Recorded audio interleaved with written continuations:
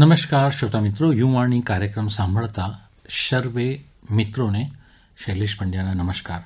મિત્રો, આપણે એક વિશેષ શ્રેણી શરૂ કરેલી છે માનસિક સ્વાસ્થ્યને લગતી બાબતોની. એમાં આપણે માનસશાસ્ત્રી અને સાયકિયાટ્રિસ્ટ અને માનસિક રોગના નિષ્ણાત ડૉક્ટરોને બોલાવીને એમાં વિવિધ માનવીય જીવનના પાસાઓને કેવી રીતે સારું બનાવી શકાય એના વિશે આપણે ચર્ચા કરીએ છીએ.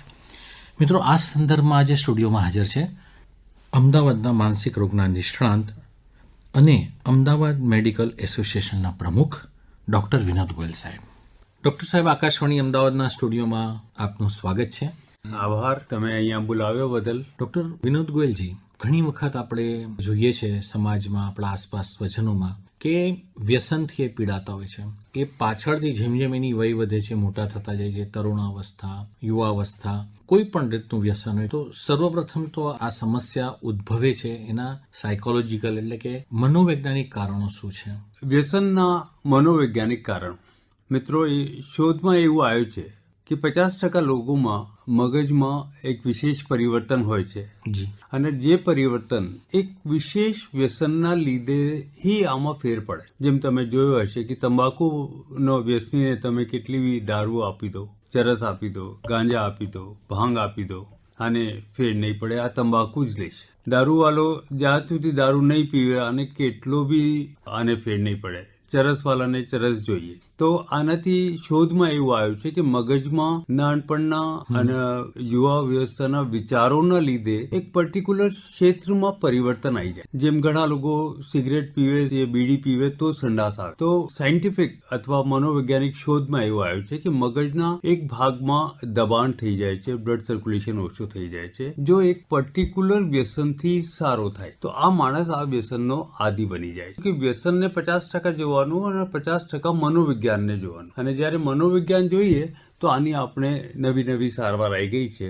આ જો સારવાર કરીએ, આપણે વાતચીત દ્વારા ચિકિત્સા કરીએ, દવા કરીએ તો આ લોકો સારા થઈ જાય છે. હવે ડૉક્ટર સાહેબ, હજી એક આપણું એક આકલન એવું કહે છે કે બધા જ વ્યક્તિઓ સમાજમાં એના શિકાર નથી. તો એવું કેમ થાય છે કે અમુક ટકા લોકો આ વ્યસન તરફ વળી જાય છે? તો સૌથી પહેલા તો ત્યાંથી ચાલુ કરો કે ભાઈ જ્યારે જન્મ્યા હતા ત્યારે કોઈ બી જાતનો વ્યસન આપણને નહોતો. કંઈ હતો બી તો આપણે લેતા હતા અને છોડી દેતા. કોઈ બી ચીજમાં બંધાયેલા નહોતા. જેમ જેમ માણસ મોટો થાય છે ત્યારે આને કોઈ ખખડાવવામાં આવે અથવા પ્યાર કરવામાં આવે તો આને કેવી રીતે લે છે.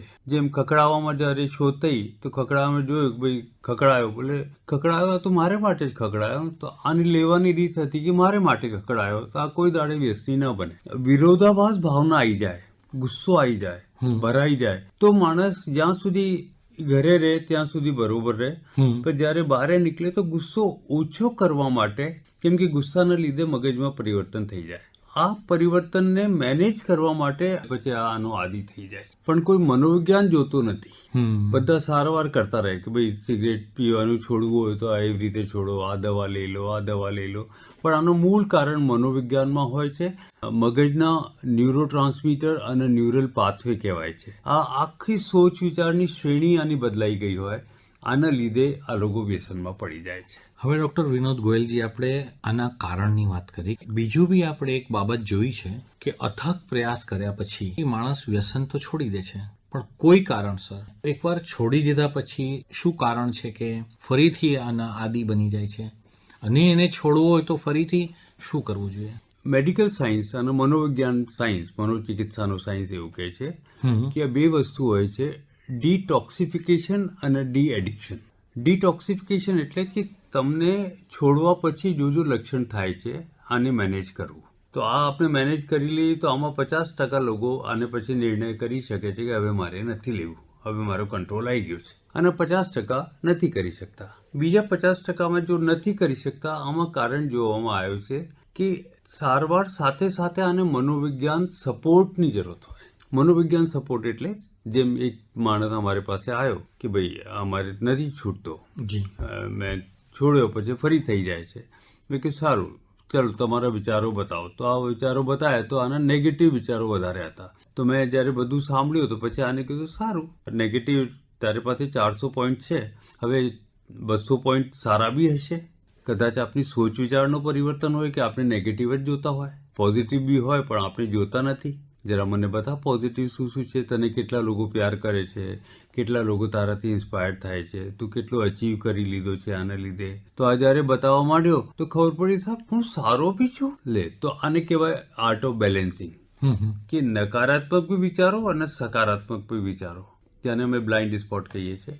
પછી આને કોઈ દિવસ પીવાની જરૂરત નહીં પડી. તો સારવાર અને સાથે મનોવૈજ્ઞાનિક મનોચિકિત્સક સારવાર, આનાથી બહુ સરસ કોમ્બિનેશન આવી ગયો. એવી રીતે એક બીજો હતો કે જો એમ માનતો હતો કે હું જેવો છું એવું હું સારો નથી, તો હવે સારો દેખાવા માટે તો આને જ્યારે આ રિયલાઇઝ કરાયો કે હું તો સારી છું, મારા વ્યક્તિત્વથી મારા સ્વભાવને લોકો પસંદ કરે છે.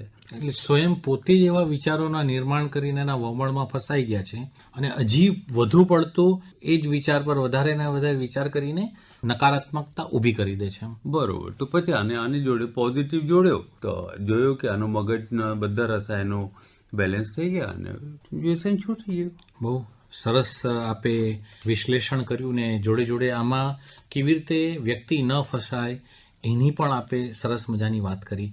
હવે એક બીજો અહીંયા એક એવો પ્રશ્ન આવે છે આપણે સમાજમાં અગર આપણે જોઈએ છે કે ઘણા ઘરમાં વડીલો વ્યસનના શિકાર બનેલા હોય છે, પણ આપણે પાછું એ પણ જોઈએ છે કે એના બાળકોમાં એવી આદતના શિકાર નથી બનતા અથવા તો એ આદત નથી અપનાવતા.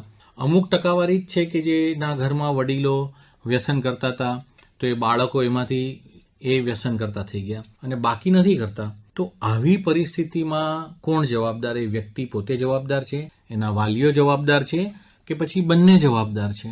આમાં મનોવૈજ્ઞાન શું કે છે? મિત્રો, ઘણા ઘરમાં તમને એવું મળશે કે પપ્પા વ્યસન કરે છે કે મમ્મી વ્યસન કરે છે, બે છોકરા છે તો એક વ્યસન કરે ને એક વ્યસન નથી કરતો, જી, એક જ પરિવારમાં. તો આ લોકો અમને પૂછે છે કે જો વ્યસન જવાબદાર હોય તો પછી બંનેને કરવું જોઈએ. પપ્પા જવાબદાર હોય કે મમ્મી જવાબદાર હોય તો બંનેને કરવું જોઈએ. સરસ વાત છે. મિત્રો, બહુ સરસ સવાલ છે આ. હવે સૌથી પહેલા નવી શોધમાં એવું આવ્યું છે કે વ્યસન 50% કેસમાં જવાબદાર હોય છે, જેમ બ્રાઉન શુગર છે, હેશ છે, સ્પીડ છે, જેટ છે, હિરોઈન છે, મોર્ફિન છે. આમાં વ્યસનમાં જ કોઈ એવી કેટેગરી હોય છે જો આપણને એડિક્ટ બનાવી દે છે. 50% કેસમાં એવું જોવામાં આવ્યું છે કે વ્યસન એક માધ્યમ હોય છે મારા ટેન્શનને ઓછું કરવા માટે. હવે જે લોકો એક જ ઘરમાં વ્યસન નથી કરતા, આનું મન જ્યારે શાંત હોય તો આનું વ્યસન તરફ જાય નહીં. બીજો ઘણા કેસમાં એવું જોયું છે કે વ્યસનને ઘરના વાતાવરણમાં ભાષા જો વાપરાય છે, આને જો લેંગ્વેજિંગ છે આને અસર કરી જાય છે ને આ વ્યસન ઉપર ચાલુ થઈ જાય છે. ત્રીજો છે કે ઘણા લોકો યુવાનમાં એવો જોયું છે કે જ્યારે આપણે દોસ્તારમાં ટેન્શનની વાતો કરીએ, મારા પપ્પા એવા છે, મારી મમ્મી એવી છે, મારા ઘરમાં વાતાવરણ, હું થાકી ગયો છું, ભણતા ભણતા થાકી ગયો છું, એમાં તમારા દોસ્તાર કદાચ કોઈ એવું કહે લે એક પેગ લગા લે એક સુટ્ટો મારી લે તો મજો આવી જાય. ટેન્શનથી આ તાત્કાલિક ઇમિડિયેટલી જો રિલીફ મળે છે, ઘણી વખત આ એડિક્શન બની જાય. જી. તો આ લોકો પછી ટેન્શનને નથી જોતા, પછી આ વ્યસનને જોતા રહે છે.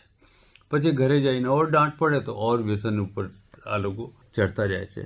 તો મિત્રો, તમે જ્યારે જન્મ્યા હતા ત્યારે તમારા કમ્પ્યુટરમાં કોઈ આનો ઓપરેટિંગ સિસ્ટમ નહોતો, પણ તમે કંઈ નાખ્યો છે ઓપરેટિંગ સિસ્ટમ, કોઈ એપ નાખી છે જેને લીધે આ વ્યસનમાં પડી ગયા છો. આને ફક્ત પછી ડિલીટ કરી દો, બાલક બની જાઓ, મસ્ત થઈ જાઓ, ભૂલી જાઓ બધી વસ્તુ, સીધો તમારો વ્યસન મુક્તિ થઈ જશે. ડૉક્ટર સાહેબ, બહુ સરસ મજાની આપે ફક્ત વિચાર અને એનું મનોવૈજ્ઞાનિક વિશ્લેષણ જ નથી કર્યું, પણ જોડે જોડે કેવી રીતે આનાથી બચી શકાય એની પણ બહુ સરસ મજાની ટિપ્સ આપી.